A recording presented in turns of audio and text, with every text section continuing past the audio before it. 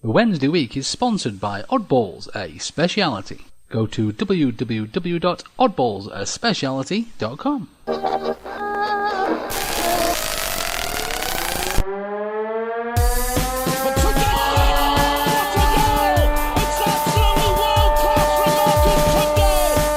a chance here, a great save, a turner from McClare. A terrific goal by Sheridan. Brexman against Jones. Get in. You could have two goalkeepers in there that would have trouble saving that. Hello there, ladies and gentlemen, and a very warm welcome to the Wednesday week, the Sheffield Wednesday podcast. I'm Lord Hillsborough, and with me on the line, first of all, we have Edward. Hello, Edward, old boy.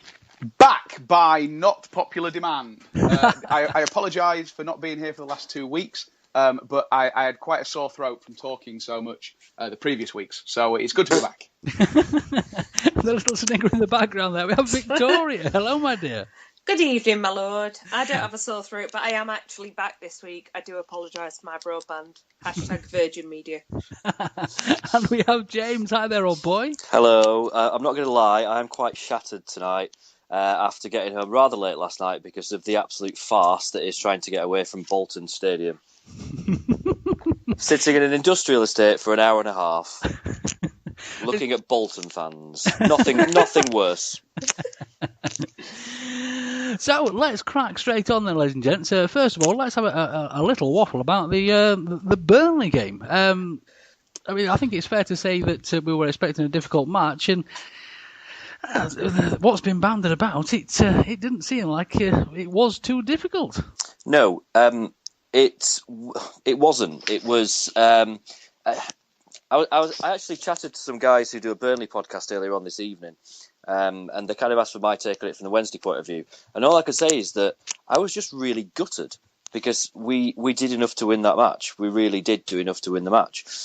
We played really well for the last 20, 25 minutes of the first half, first 20 or 25 minutes of the second half. We were absolutely all over them. We really were. But we just didn't have that killer instinct in front of goal. We had chances, we didn't take them.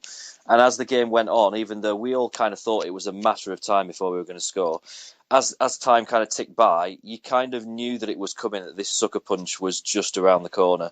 And it did happen. And it was 2 defensive mistakes. It was just gutting. It was really gutting. We should have won that game. I listened to it on radio. Here we go. And we sounded okay. And everyone was raving about New Hugh playing up front with Forestieri. But still weren't good, were it? No, they were great together. They really were. For that one game, and we'll talk about it in a minute. They weren't great at Bolton, but they really did work well together. Atty did play a blinder. He really answered his critics for 90 minutes. He hadn't done it in the games before, and he's not done it in the game since. But for that one match, he did, and we really did look like a team that had turned the corner. The problem was we didn't win the match, and we could go the whole season playing really well and not winning matches. We need that killer instinct. We appeared to have like a wheel stuck on that corner as well. That's the issue. We seem to have got a little bit twisted, something's gone wrong on that corner, and we are not turning it at the moment. I'm very, very angry. I'm sorry. I think we've noticed that you're quite angry, Victoria. I'm always angry. Do you need to vent that anger? Do you need to get the anger out? Well, no, I'll wait until the Fulham match. Then I will let loose. Always exciting to watch Victoria let loose. I think there was at least one positive from the game. I mean, the Burnley fans were resplendent in their praise for Forestieri and New up front. A few of them were saying how well they played together. One massive thing I would like to mention is Joe Wildsmith. I mean, he had a belting game with some wonderful saves. I had a Facebook message from a colleague of mine who's a real proper Lancashire woollyback, and as a consequence, he obviously supports Burnley. And he said that we reminded him of the Burnley side before, immediately before they suddenly became really good and good enough to get promoted to the Premier League. He said that we have quality all over the pitch, and it's almost like the jigsaw pieces are just put together in the wrong order. But one thing he did point out was that Joe Wildsmith he couldn't believe that he was effectively our third choice keeper. He said, when they got Lee Grant, they've always kept an eye out on Wednesday keepers kind of since that. And Joe Wildsmith really, really did a good job. So I think if it's impressing the fans of the team who just beat us, then he's obviously doing something right. Oh, absolutely. So, again, as James said, obviously we can play well all season, but the simple fact of the matter is we need these goals putting in, boys and girls, and it's just not happening for us, is it? Well, Carlos did actually say last night, I can't remember the exact quote, someone else remember it because they've since deleted the tweet, but in order to win games, we need to score goals. I think it was score goals inside the net. Inside the net. Prolific. What? They're the best goals, aren't they? Tattooed somewhere. That is something to remember as you live your life and you go into work every day, you feed your family every day, whatever. You just remember that to score goals inside the net is what you need. See, this is the kind of tactical insights that Carlos brings to the club. Brilliant. So yes, again, we can talk about how fantastic we were and the moves we made and everything all day, but the fact is, it's 3 points off the board. I think the actual final score did flatter Burnley somewhat. Other than Mr. Wildsmith, any other positives from the game? Yeah, I thought Hutch had a good game. He didn't need to give away the free kick for the first goal, so he gets a slap on the wrist for that. But he didn't get booked, so that's definitely a bonus. I thought Barry Bannon looked really bright. Absolutely. That guy's a serious touch of class. First half at Bolton as well, he was really, really good. And I thought it was a good debut for... I've not really decided if it's Puddle, Poodle, Pudil or Padil. So you could take your pick out of those. But it was... Can we not call him Poodle? Padil, yeah. I think Poodle. It's got to be Poodle. Poodle's the best, but Paul Walker on the crap Channel 5 football thing, he said Padil, so what do we know? I thought he had a really good game. And Fessy, I've got some really interesting stats for you here. Forestieri, stat. On his debut, 100% header success. Crikey. 100% tackle success. My word. 88% duel success. Ooh. Sorry? Duel success? What, challenging people to sword fights? I was thinking more 50-50 balls, but I didn't see him pull a knife out of anywhere. All right, okay. 78% pass rate, 3 shots and 1 key pass. I can't take any credit for those stats. Someone posted them on Twitter the other day. I actually retweeted them, James. I'm not gonna lie. That might have been where I saw them. But that's not bad, is it? 100% header and 100% tackle success. I mean, there might just be one of each. We don't know, but that's dead promising. So let's stop beating about the bush here, because basically what we've just done now in reviewing our 3-1 defeat to Burnley is heap praise on the vast majority of the team. So why did we lose the game, and what is the problem? Well, the problem against Burnley was that Liam Palmer was rubbish. That's what lost us the game. Don't beat around the bush, though, James. It was, though, wasn't it? Please just tell it how it is. It was defensive mistakes. We were on top. We were on top, and one defensive mistake. When you're playing against a forward line and some of the quality players that they've got, you make a mistake, you get punished for it, and that's what happened. Was it that we were set up incorrectly for that eventuality, though? Because look, just like it happened against Borough, any team with quality understands that you press high, and therefore, when we make a mistake, a good team will punish us for it. And it seems like we haven't learned at all from Borough. Now, is that the fault of the players? Is that the fault of the way that the team is set up?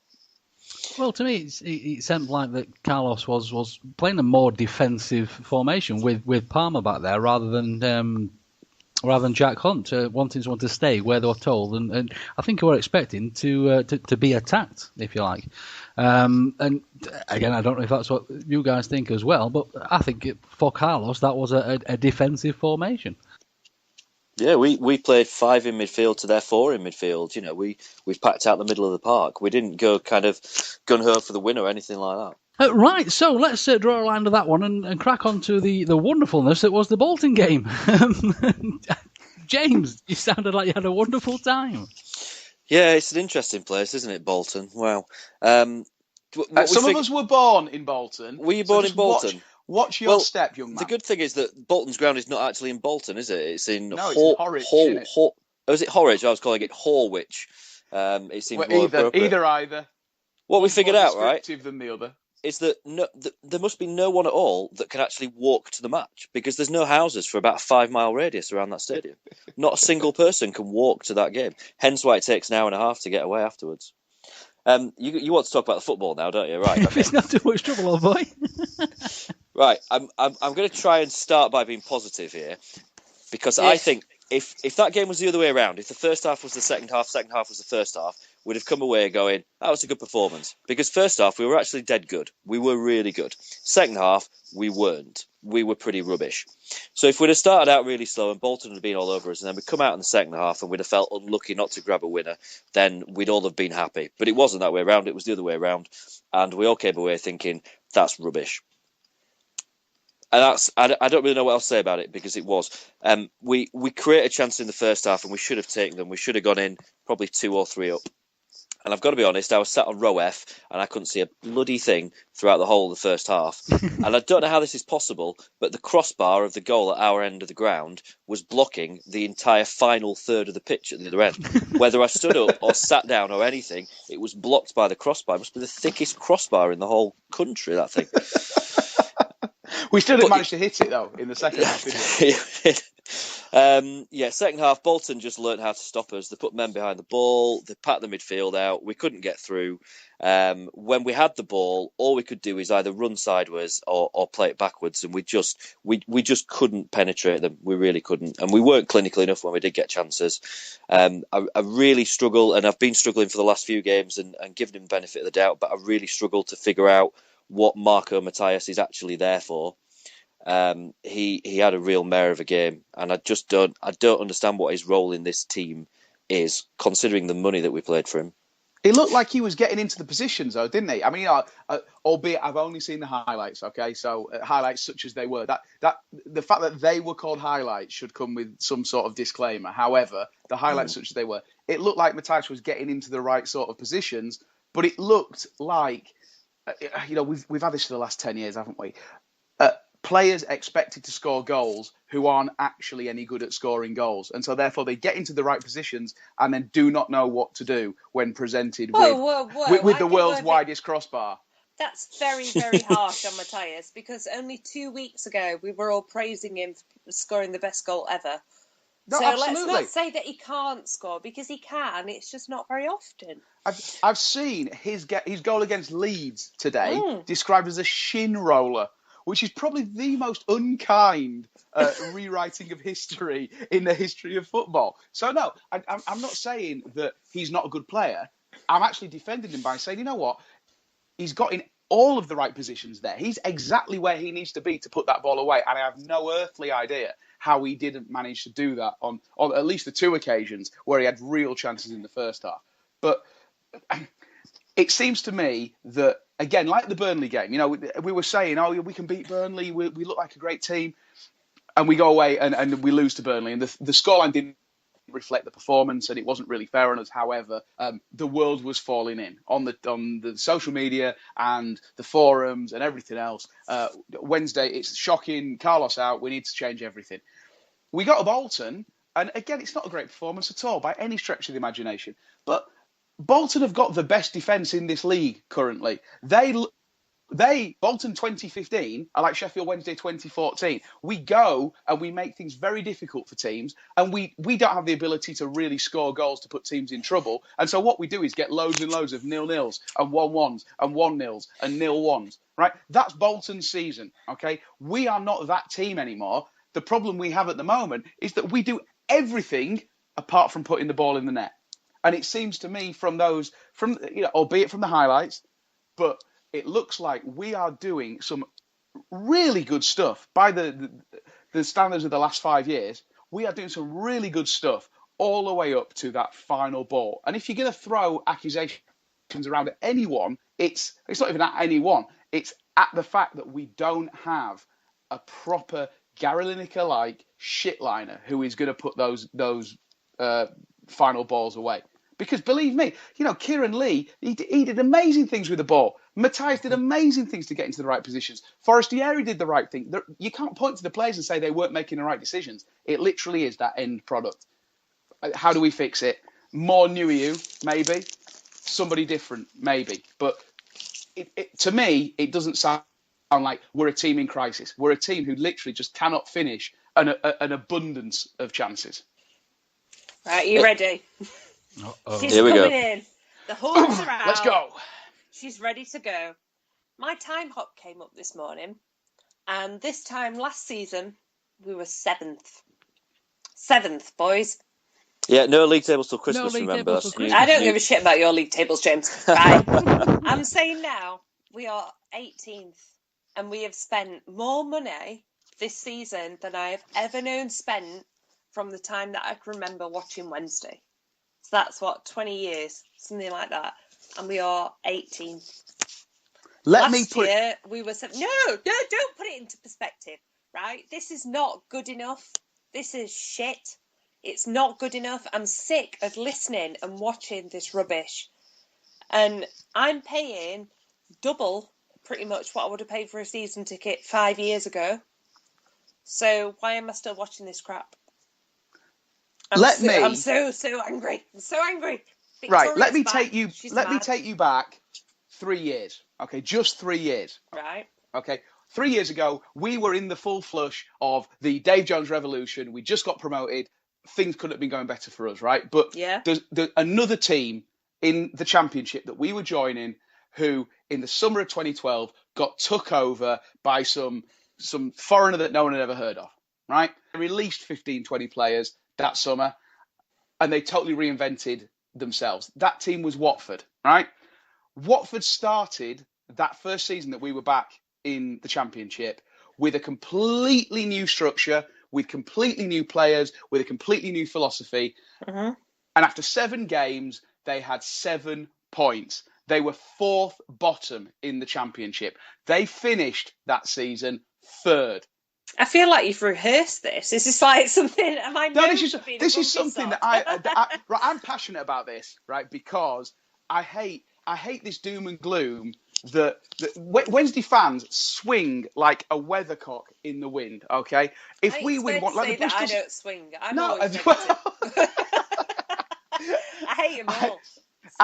After that Bristol City game, and we're as guilty of it as anyone, right?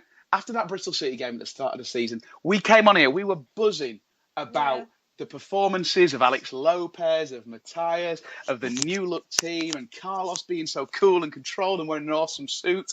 Everything was great, right? And now listen to us, okay? The only difference between those two things is 7 games where we haven't really... Well, no, it's not even that we haven't set the world on fire. We've played brilliant football. We just haven't got the number of points that we think we deserve and that we think the amount of money that we have spent justifies. But it is so early days. It is ridiculous that Wednesday fans have this knee-jerk reaction every single time. We have to take a more mature view of this and say, you know what? Forget how painful it is in the short term. Let's judge this team and this manager and this system after Christmas. Let's look forward to Santa coming. Let's forget about football for a bit, and then in January we'll all reconvene. And if it's still a complete fustercluck, then we'll all get our shoes off and have a protest in the car park. But for the time being, can we please just be grown up about it? Because God knows we have spent 10 years watching awful football, watching players who are worth nothing, who have never achieved anything in their careers, and we've built them up to be world beaters. Forget it. We finally got players who can do it. Let's give them the chance to gel together. Sorry, gel. We can't use gel. Can we give them the chance to explore some squad cohesion? Cohesion. Yeah. And build the results off the back of it. I don't care if we're bottom in 5 games' time, as long as we're mid-table in January and top 6 in May. That's all that matters. It doesn't matter whether we get points at the start of the season or the end of the season. What matters is that at the end, in the final analysis, Sheffield Wednesday have moved forward from where we were under Stuart Vanilla. Hashtag rant over, hashtag drop the mic. Hashtag Grumpy Vic, right? I'm not being funny. If we're bottom in 5 weeks' time, yeah, that's great if we are pushing forward in 10 weeks' time. But if we're not, we're still stuck at the bottom. And we're literally 4 places from the bottom. 5. We've been here before. Don't worry about that though at this stage of the season. It's not worth worrying about where we are in the table because it doesn't mean two wins and you're in the playoffs. It really doesn't matter. Eddie, I think that was a very good point, very well made. What I'm going to say is that it doesn't feel like we're on the verge of turning the corner in terms of sticking away loads of goals. We've still got Ati Nui up front, who is not going to do it for us, and he's just not. And that's the worry at the moment. Is where is that? That it doesn't feel like we're hitting the post, we're hitting the bar. The keeper's pulling off amazing saves. That's not actually happening. We are carving out chances, but we're not. It's not as if we're close to taking those chances. The other thing is that when I, finally dragged myself to bed at 1:30 last night, I found myself thinking, God, why did I bother doing that? To watch us scrape a 0-0 draw against Bolton on a cold Tuesday night in, and I'm going to say this, a fairly crappy part of the country, and I mean that with no offence to anyone that was being born there. Why do you think I don't live there anymore? Well, fair point. I know a lot of people that have been born in Bolton and moved on. Yeah, I mean, I am losing a bit of faith at the moment, and probably all it takes is a win to sort that out. But I need that win to sort that out, if that makes sense. I'm reserving judgment, and there's certainly been enough in the last couple of games for me to not throw the toys out. And it seems like Vic's probably a little bit further along that line, and maybe has. I love to throw him out. If we beat Fulham on Saturday, then it's a different picture. But if we don't beat Fulham on Saturday, I'm going to be struggling a bit. I'm not going to lie. No, I think a lot of people are in the same boat. I personally try to be positive as much as I possibly can, but it is difficult to keep the faith, if you like, and just crack on with what we've got. So it's a case we're going to have to, I'm afraid, boys and girls. This is where, in my view, supporters really have to support their team. I mean, these footballers, the confidence players, a lot of them, Matthias to me just looks like a player with no confidence whatsoever at the moment. A lot of these players have obviously come from another country. They're brand new into the country. Everything's brand spanking new for them. And they don't want us getting on the back while they're trying to settle in. So let's try and get behind the team, and see what happens.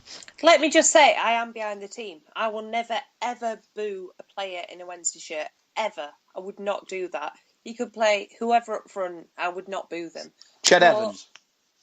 No.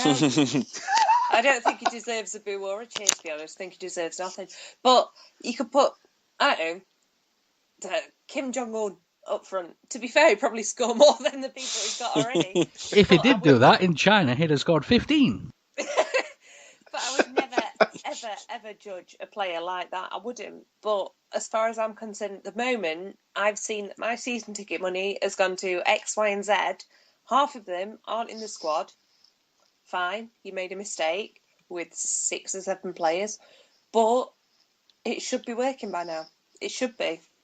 They're all professionals. You can all say, oh, they need to gel, they need to be cohesive or whatever else. But they do that for a living.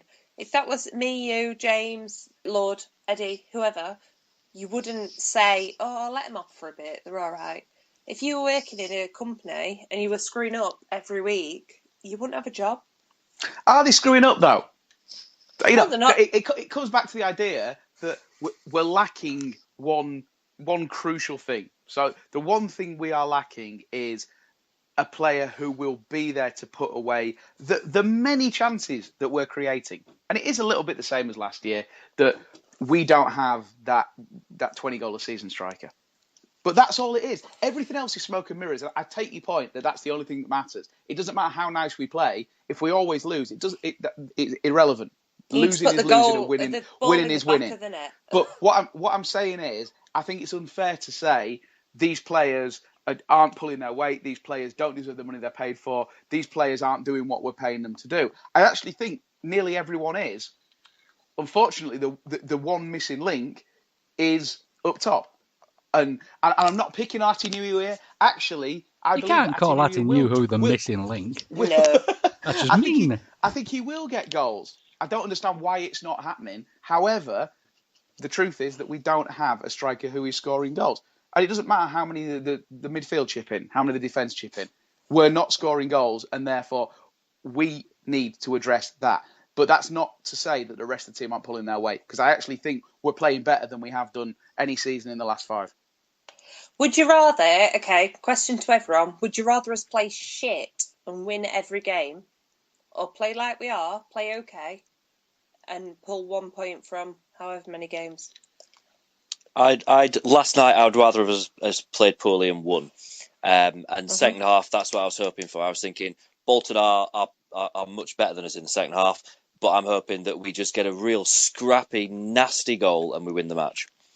Generally speaking, of course, this is a long-term project. There isn't an overnight quick fix here. We've made the number of changes that we've made. We've got a completely different team. It's going to take time. So actually, yeah, long-term, what I want is to see us playing well and to have the faith that it will all come right in the end.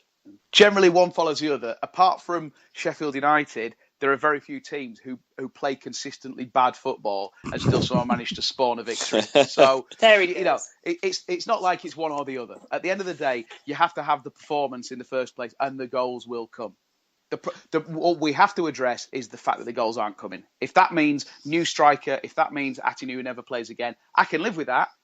But it shouldn't be a case of anyone being scapegoated for it. I just don't think we're getting the breaks at the moment. Positives from Tuesday. Tom Lee's had a great game. He was really good. And we did keep a clean sheet. Let's not forget that. Yeah, we did. We were up against, quality strikers such as Gary Medine and Emil Heskey. and we kept a clean sheet. I just want to finish on just, I mentioned earlier on, I talked to some guys who do a Burnley podcast earlier on, and they were asking what our aims for the season are. And I started kind of rambling away and actually thought, it sort of makes sense, this, because we, at the start of this season, we kind of thought, yeah, top six is really what we've got to be aiming for this season. But is that realistic? If this is a season where we're actually building a squad so that next season we make a real go of it, is that the end of the world? Because if you look at the teams over the last few years that have been promoted, and I know, Eddie, you mentioned Watford, Bournemouth last season were exactly the same. They'd been building for 2 years to get the squad that they've got. Derby and Middlesbrough, the favourites this year, they've been building for the last 3-4 years to get the squad that they've got. They've certainly spent money, but it's not like they've gone out and bought a whole new squad. They've been building and building and building. And I think there isn't a quick way of getting out of the Championship into the Premier League. There really isn't. And if you look at Bournemouth, this was a really interesting stat that someone mentioned. At the end of the Burnley game, we'd played 24 players already this season. Bournemouth played 24 players through the whole of last season, and they won the league. So I think Carlos absolutely at the moment just doesn't know what his best team is. He's trying to find that best team, and I guess we've got to have faith in him that when he gets that best team, then the results will start coming. Yeah. That's the most lukewarm approval I've How ever much heard calmer am I than last night, though? For everyone that you are, doesn't you're chilling listen, now. I was fuming last night. Absolutely fuming. So I think I'm pretty chilled. Well, we've got a tweet from Richard Hare. That's at Richard Hare 82 over there on Twitter. Basically just says the attack chant seems to be working absolutely fine. So if we just start a goal chant, then that's it. Problem solved. Everybody's happy. Right. So obviously, the simple fact of the matter is we need a Wednesday legend. And speaking of, we do have to pay homage to an absolute Wednesday legend that unfortunately passed away this week. Mr. Ron Springett unfortunately left us at the age of 80, and I mean, it's quite easy to say Wednesday legend these days, isn't it, boys and girls? We've all said it about various players, but this is one of the greats, isn't it? It really, really is. Ron began his career at QPR, but actually before that, rather aptly, he had a trial with Fulham. And they stuck two keepers in the net, and basically he said they made us look like a right lot of plonkers. And Fulham didn't end up signing him because of that. So off he went to QPR. Of course, moved to Wednesday in '58 for 10 grand. Crikey! Bloody hell, that's a lot of money then. It certainly was. Was it was it undisclosed? Might have been 10 grand and sixpence. But yeah, back in 1958, that's an incredible amount of cash. And a really strange thing about this is he actually still lived in London for the whole of the time he played for Wednesdays. He trained with QPR and basically just came up here on match day. Imagine that happening now. How crazy is that? Of course, England keeper as well. 33 caps for England from 59 to 66. The keeper for the whole of the 62 World Cup in Chile, and of course underscore to Mr. Banks in 66. And of course, we've all seen the pictures of him receiving his medal in 2009 after it was declared that anybody that played in the squad should have that 66 medal as well. Eddie, I believe you got a bit of a story about the old. Yeah, so Ron Springett is kind of writ large in my life because even though my dad was never a keeper, Ron was his absolute football hero. So my dad was 10 when Ron signed for Wednesday, and like most young lads, he watched the game from the very front of the cop. So he could smell the sweat on Ron as he dived around in his woolly jersey. And so Ron became a real big hero of my dad's and therefore a hero of mine.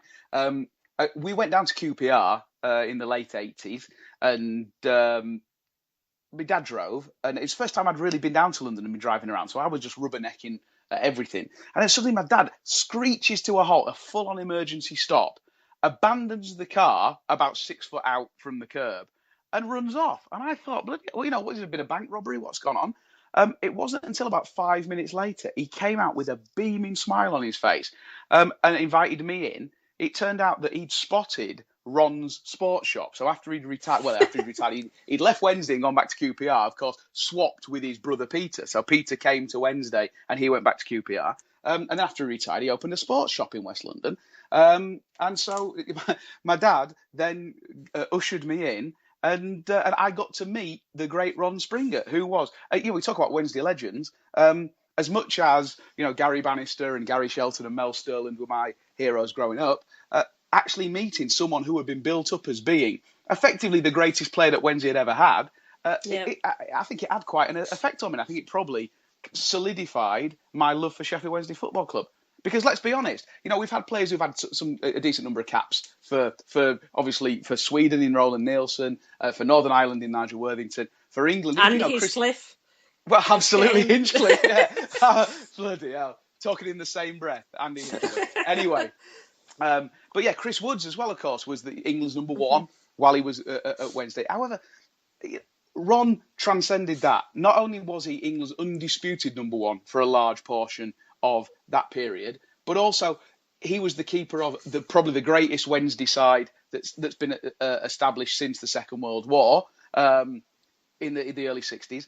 But also, even Sir Alf Ramsey himself said that when it came to naming his squad for the 1966 World Cup, it was literally the toss of a coin that decided that Gordon Banks was going to go in there in the number one shirt and Ron was going to be the understudy. So in another reality, not too far removed from the one that we live in now, Ron Springett will be regarded as one of the greatest keepers who ever played the game. Ron Springett would have been the one saving from Pele in Mexico in 1970. It's hard to speak highly enough of the man. He epitomised Sheffield Wednesday. And for a guy who'd never lived in Sheffield, who only came up for match days, travelled on the train to meet the rest of the squad, that's the measure of the man. Absolutely unbelievable servant of the club. A lovely gentleman, albeit I only met him as a young boy for a few minutes, but a true Wednesday legend. And I think, we've got facilities at the club named after Derek Dooley, named after John Sheridan. Yep. Ron deserves to be right up there. He will be sorely missed, and I'm glad to have had the pleasure to meet him. But I'm also glad that he became part of Sheffield Wednesday at probably the greatest moment in the club's history. So rest in peace, Ron. Absolutely, and obviously we've had a bit of a chat about Bolton, but it was a brilliant gesture that Bolton Football Club actually flew all their flags at half mast for the game as well. Fantastic, so, absolutely. Brilliant. This is really weird to explain, but you have fake aunties and uncles. My fake auntie's grandfather was Fatty Folks, who played for United. Yes, and whenever he's mentioned, Ron Springett is always mentioned in the same sentence, and it makes me so proud to think that someone who I class as my uncle could be mentioned even within the same breath as Ron Springett. And fair play to the guy, absolute legend. He deserves a statue. There's plenty of room between the Leppings Lane end and the South Stand. South Stand. So let's get a statue. Why not? Everyone else does it. Let's make one for a true legend who made a real mark. Let's have a statue. Yeah, all I'd add to all this is just real fair play to the Sheffield Wednesday media team. I don't know if you've seen the tweets with the programme for Saturday against Fulham. That's a really nice touch, so fair play to them for that. Absolutely. Oh no. Jeeves, we're going to need some more equipment. Then you need to speak to Oddballs, a speciality. What the? Oddballs, a speciality deal in steel, food, and engineering equipment.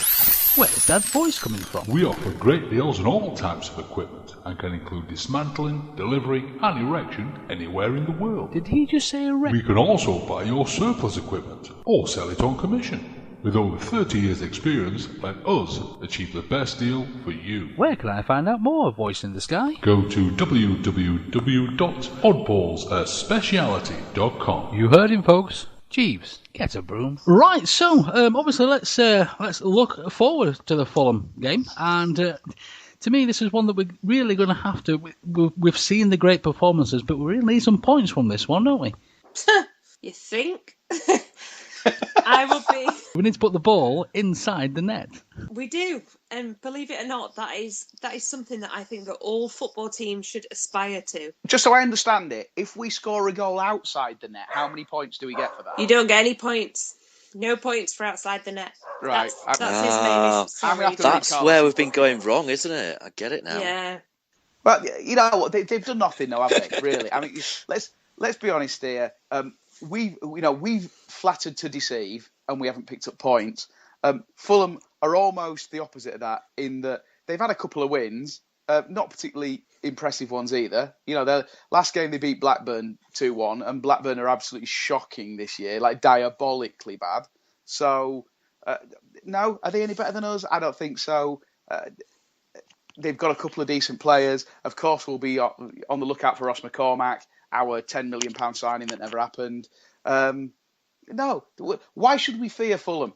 Actually, I think like usual, the last few weeks, what we'll do is beat ourselves. We'll somehow manage to contrive to concede a goal after we've been completely dominant for 40 minutes.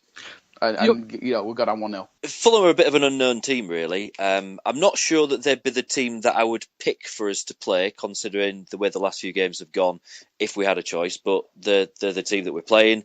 I think an interesting thing for me is exactly what we're going to do team-wise. There's an argument to stick with pretty much the same midfield, to stick with pretty much the same forward line as we have done for the last couple of games. We'll probably have the usual couple of tweaks defensively that seems to be Carlos's way of doing things. So I can't see things being drastically different, but I think there's an argument there to say, right, let's try something different against Fulham and let's try and win that game a different way, because the way we've been trying to win games hasn't been working.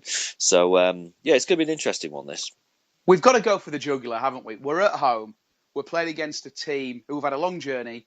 And their only wins this season have been against Blackburn, who are second bottom, against Rotherham, who are rock bottom, and against Sheffield United, who are beyond the bottom. We're not far off the bottom. Let's not get too cocky. No.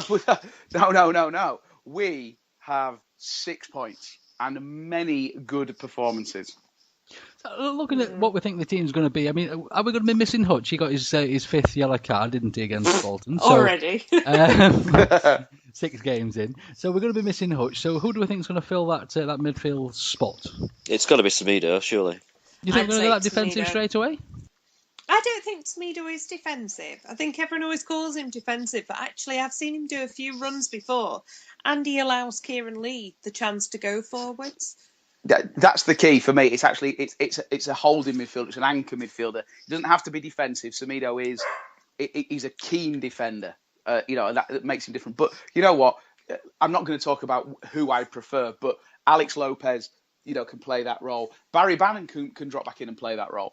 I actually think if we're going to lose one player, Hutch is actually the one that, like for like in terms of position and role, I think he's actually easily replaced. I'm not sure that I particularly agree with that, in the respect that I think that Hutch has consistently played well this season.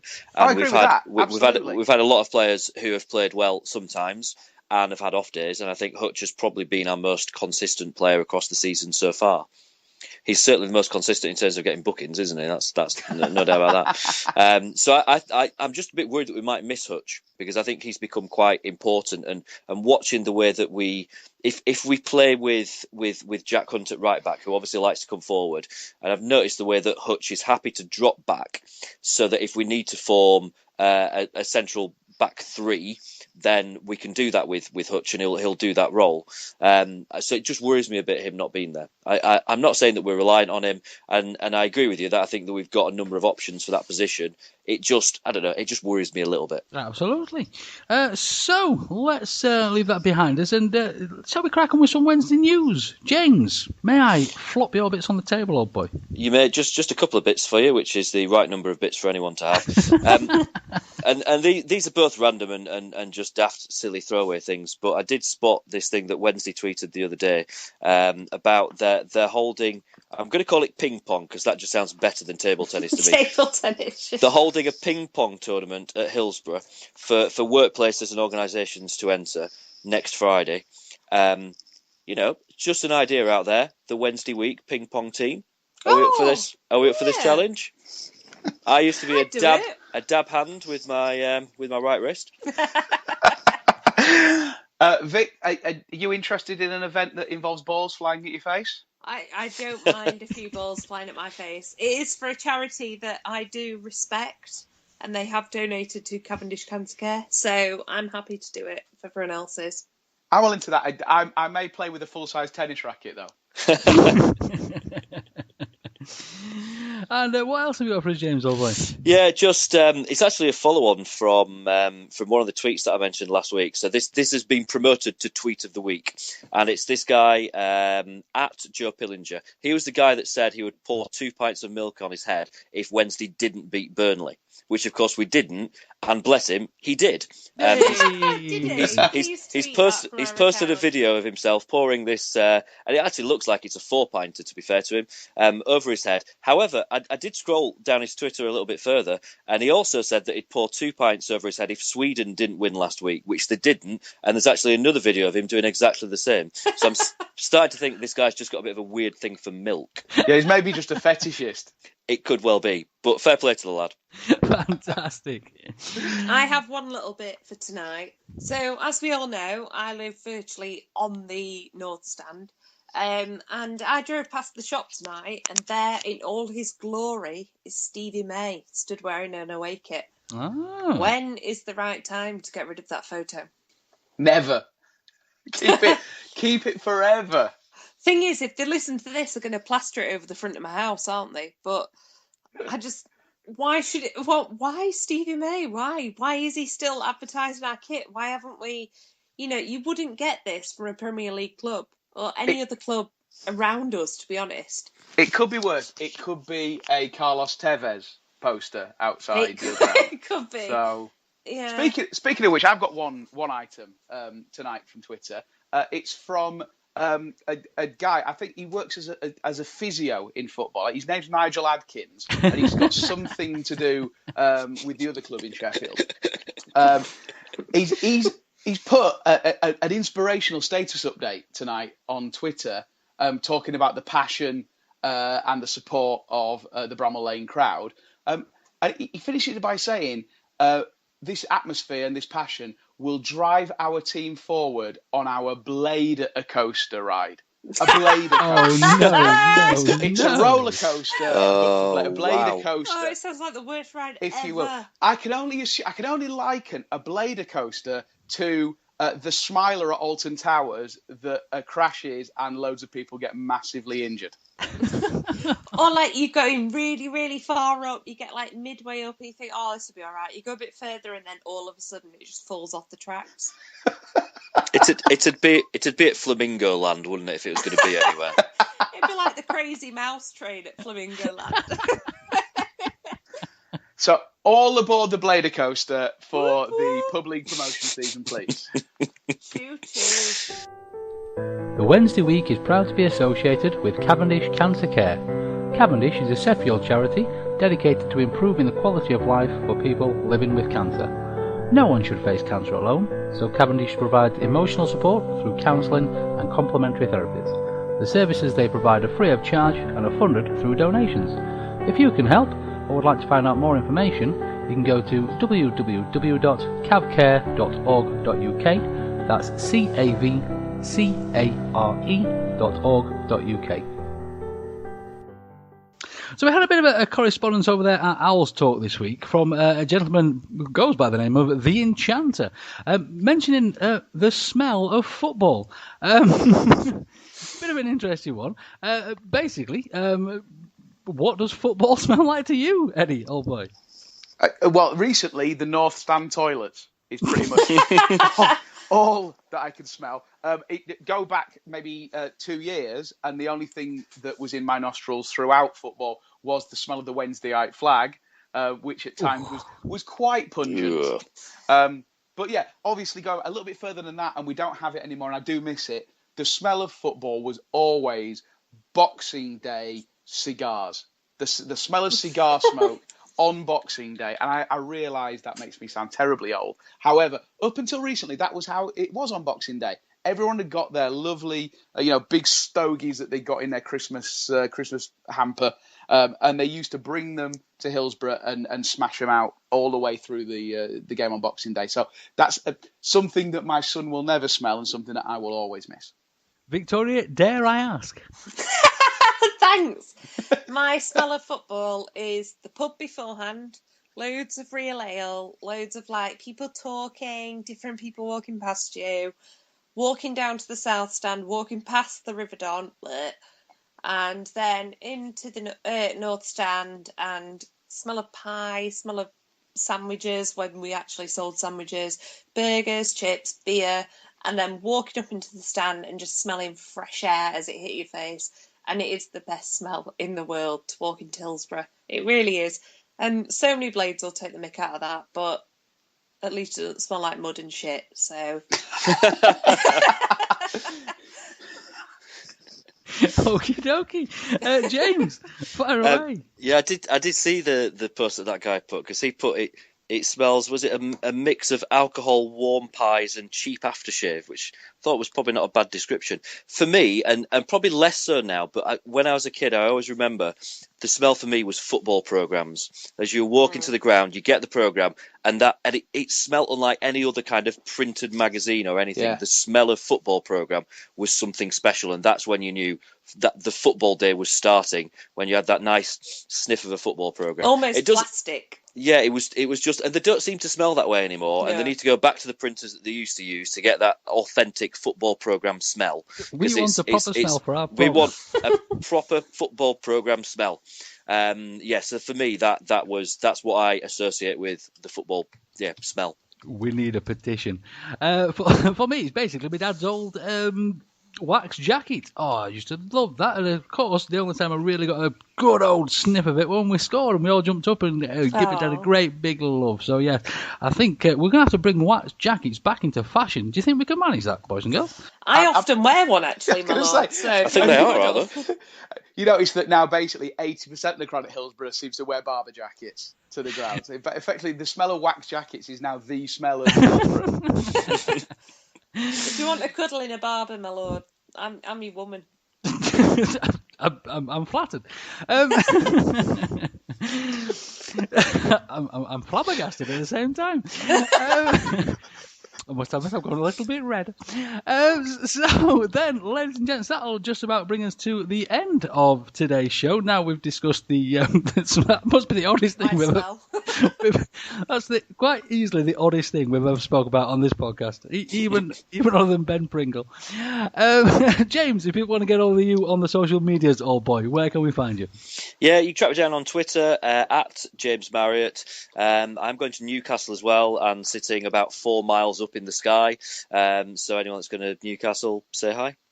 Fantastic. Victoria, where can people get hold of you, my darling? I am at Victoria1867 on Twitter, and I'm not going to Newcastle, so don't even look for me.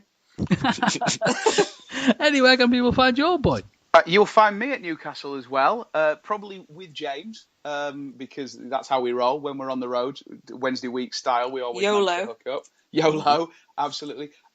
In the meantime, there are two places that you can contact me. Number one, you can see me at Sausage Arms on Twitter, and feel free to pop up. The other place that you can see me is on the excellent new Channel 5 documentary, The Yorkshire Vet, which is not only set in the lovely town of Thirsk, where I live, but stars several of my friends and relatives, and may or may not include cameo appearances by your very own Eddie at some point. Are you serious? Yeah, it's excellent. You know what? When I was a kid, right, the only thing that ever happened in Thirsk was that All Creatures Great and Small, Ask Your Mums, was filmed in Thirsk. And so regularly they used to come to our school and ask for volunteers to be effectively extras. Kids who brought like a sick rabbit in for James Herriot to look at, Christopher Timothy.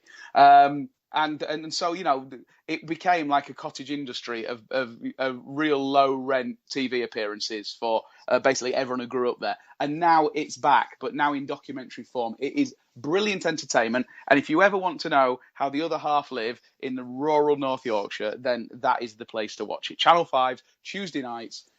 Please tune in. You've just brought a lot of really bad memories back for me there, because my name is not dissimilar to that of James Herriot. Yes, of course. So when I was at school, I had more jokes about me putting my hand up a cow's anus than you can possibly imagine. And to be fair, I still do, but that's a little bit different.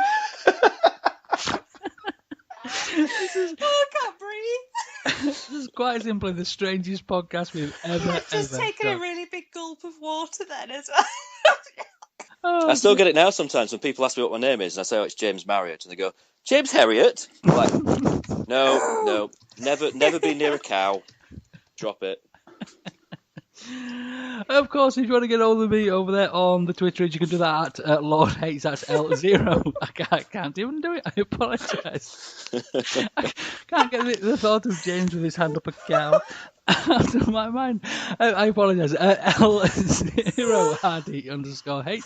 If you'd like to follow the podcast, you can do that at TWWcast. If you want to send us an email, you can do that at twwpodcast@gmail.com. And of course, you can get us over there at Facebook as well. Right, so that's it from us this week, ladies and gents. Thank you ever so much, as always, for joining us, and we shall see you real soon.